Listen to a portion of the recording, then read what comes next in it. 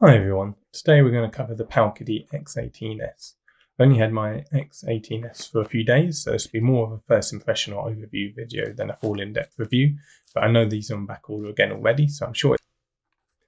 I'm a big fan of Powkiddy and clamshells, but the original Powkiddy X18 has been one of the few handhelds I've actually returned, so it's worth setting expectations straight out the gate that a lot of the niggles of the original X18 haven't been entirely addressed. So if you've absolutely hated the original X18, the X18s refresh essentially only has more power and a different colour scheme on its side to try and persuade you around. With that said, it's the first of the new generation of handhelds to be released. It has the T618 8-core processor, a 5.5-inch touchscreen at a resolution of 720 by 1280, and Android 11, so there's more than enough there on paper to convince me of a purchase. I like the simple box design of the X18s. It's very simple, just the handheld instructions and USB-C cable included. It looks like they've used the old render of the X18s and rehashed a load of the X18 instructions, but that one. So cutting to the handheld, my first impression was that I was quite surprised with just how grey the mould is, considering it's always sold as a white colour. It's actually an off-white low grey, which is very reminiscent of the Super Nintendo's Power colour scheme. It has a very retro feel, which I actually quite like, but it just caught me by surprise. On the top of the handheld, we've got 4 shoulder buttons, USB-C, mini HDMI out, and the microSD slot.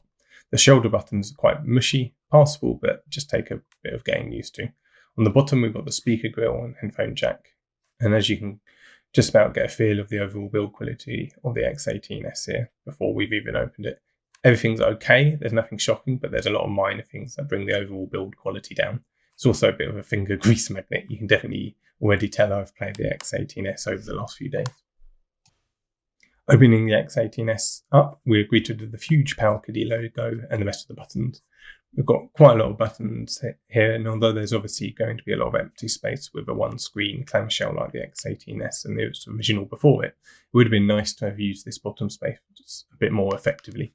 At least use the opportunity to make the buttons and D-pad bigger, give the analogs a bit more room to travel and so on. The overall aesthetics of the X18s is good. I do really like the retro grey colour scheme too. Again, we've got a bit of lack of attention to detail in regard to the build quality of the buttons. The colour finish just isn't great quality and overall controls are okay. The buttons are very close and small. The D-pad's tiny. It's functional, it's just small. And the surrounding buttons are very clicky as you'd expect. You're not going to be doing any precision controls with the X18s.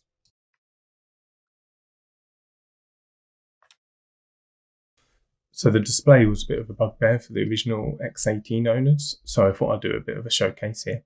The summary is that it's a nice size, touch is responsive and seems pretty accurate, but it is a very dim panel, even on the max brightness. I had to keep the gameplay videos to the brightest of games and have my studio light on its lowest setting just to be able to record the gameplay footage, so it'll be a struggle to realistically play outside during the summer.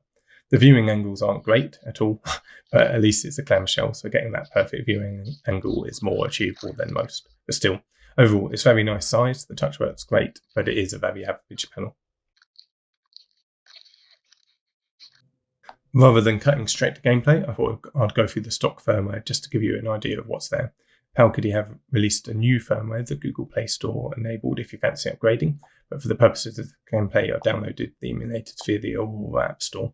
So I cut to gameplay. This is initial impressions. I've kept the higher end systems just to see what it can do. All have been captured at max brightness, but apologies for any dark spots. And I'll come up and summarise at the end.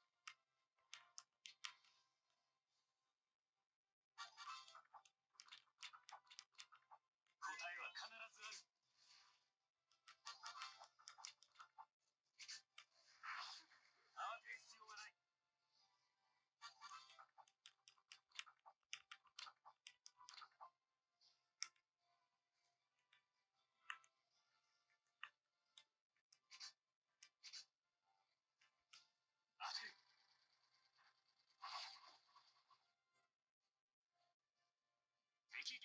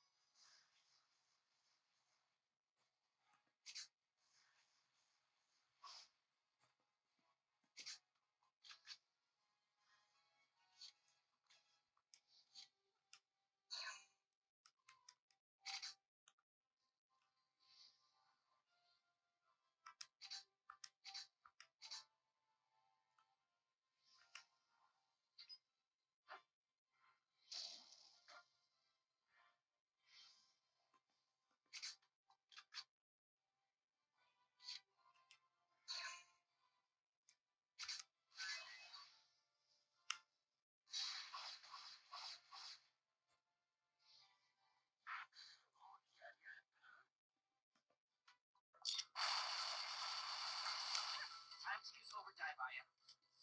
You can jump into and take over someone else's body. He transferred vessel to vessel to maintain an advantage during battle.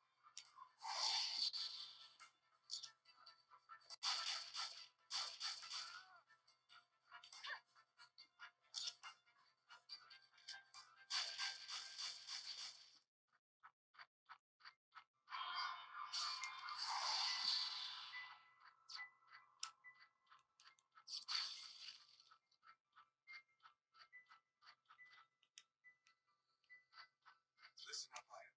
There are things for you to find out there. You can use them as shields. Overdive near those objects to avoid getting hit while fighting. Got it?